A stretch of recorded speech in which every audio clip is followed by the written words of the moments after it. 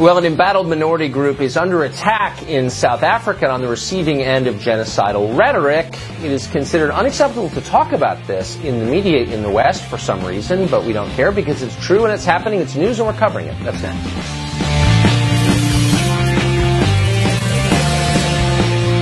All but ignored. South Africa is a diverse country, but the South African government would like to make it much less diverse. An embattled minority of farmers, mostly Afrikaans-speaking, is being targeted in a wave of barbaric and horrifying murders.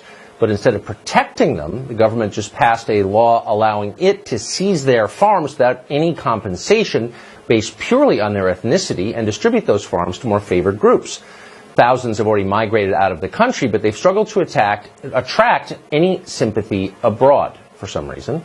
Ernst Roots is Deputy CEO of AfriForum. It's a South Africa civil rights group. He was just in the United States to meet with a number of government officials. He also took a moment to talk to us. Here's part of what he said. Ernst Roots joins us now. Mr. Roots, thanks for coming on. Thank you very much. So you describe in this book a disorganized but in some sense intentional campaign to crush a racial minority within your country, and the government seems on board with it. Is that an overstatement?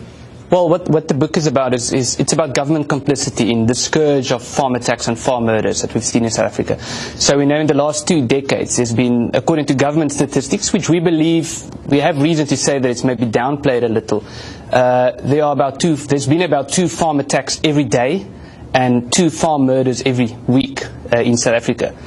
And in the book, I highlighted actually 10 different reasons why we believe the South African government is complicit. And it stretches from reasons including the fact that as these attacks have worsened, for example, in 2007, there was a 25% increase in these attacks. And then the South African government responded saying, we're not going to release any more statistics about this. Then also, which is very concerning, is the hate speech in South Africa. So that's the title of the book as well, Kill the Boer, which is a very popular song, which is still being sung in South Africa. It was sung just the other day.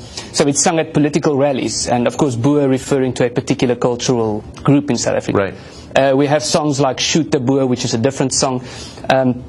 So there are a variety of ways in which we believe... But I thought that hate speech was now a crime punishable by prison time in South Africa. Are any of the people who say this arrested? Well, there's a bill on the table to have hate speech declared a crime punishable by prison time.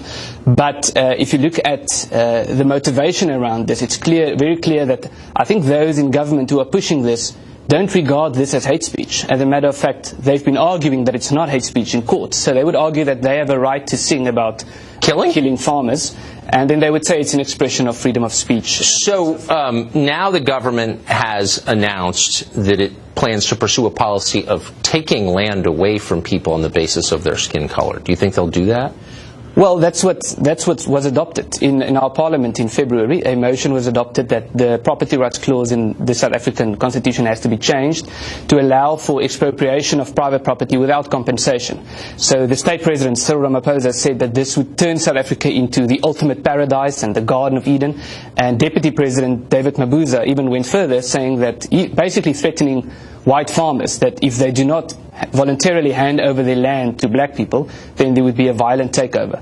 So the situation is very dire in South Africa. But the good news is that there's still a process that has to be followed. And that's why we are in the United States. What I find so striking is the response from everyone else around the world is almost never covered in the American media. There's a sense that the people being murdered deserve it because of what their ancestors did. And the international community is similarly silent. Have you met with any government officials here in Washington about what's happening in your country? Well, that's why we are here. We are about to meet with some government officials, and it's very unfortunate, the situation that you've just mentioned. So there's, especially in South Africa, there's a hierarchy of recognition. So some people, when they are the victims, it's all over the news and you hear about it frequently, and other people, as especially, I think, especially farmers in South Africa, white farmers in particular, when they would be tortured to death and it would receive very little news coverage, and that's unfortunately the situation abroad as well, which is why we are very grateful to be having this. So a government official in Australia said publicly, maybe we ought to allow asylum to people being persecuted for their skin color in your country. And he was basically laughed at and then attacked by your government for saying that. Yes, he was attacked, and they then said that he shouldn't say that because AfriForum was providing them with false information, while the information that we are quoting is government statistics. So that is the situation. Whoever speaks out against this, just for being in the United States, we've been accused of treason. We've had people threatening us, saying they'll wait for us at the airport when we come back and they'll attack us and so forth. We had the state president today in Parliament calling on us to go back to South Africa. So whenever you speak out against this, there's a very serious backlash. This is not what Nelson Mandela wanted.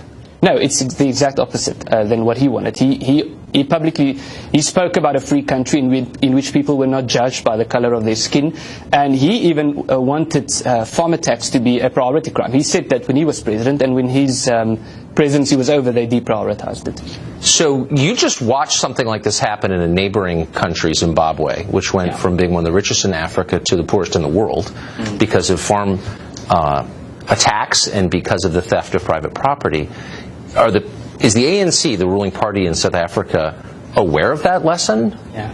Well, they are, but you know that saying, real communism has never been tried. That's what they keep saying. So it failed in Zimbabwe, it failed in Cuba, it failed in Venezuela, it failed in Russia, it failed in China, and all of those countries.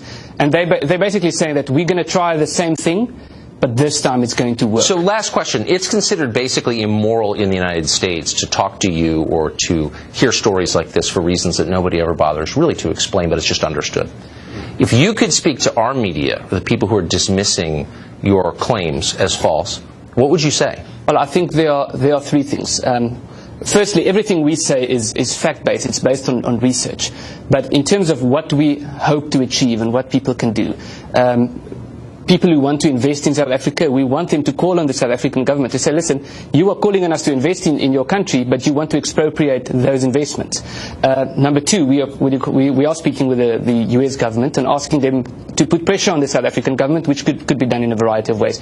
And number three, members of the public and members of the media, the best thing that you can do to help us is to talk about this, to talk about it on public platforms, and in that way to continue to put pressure on the South African government not to continue with this policy. Just to tell the truth, I agree. Mr. Thank you. Thank you very much. Thank you for being here.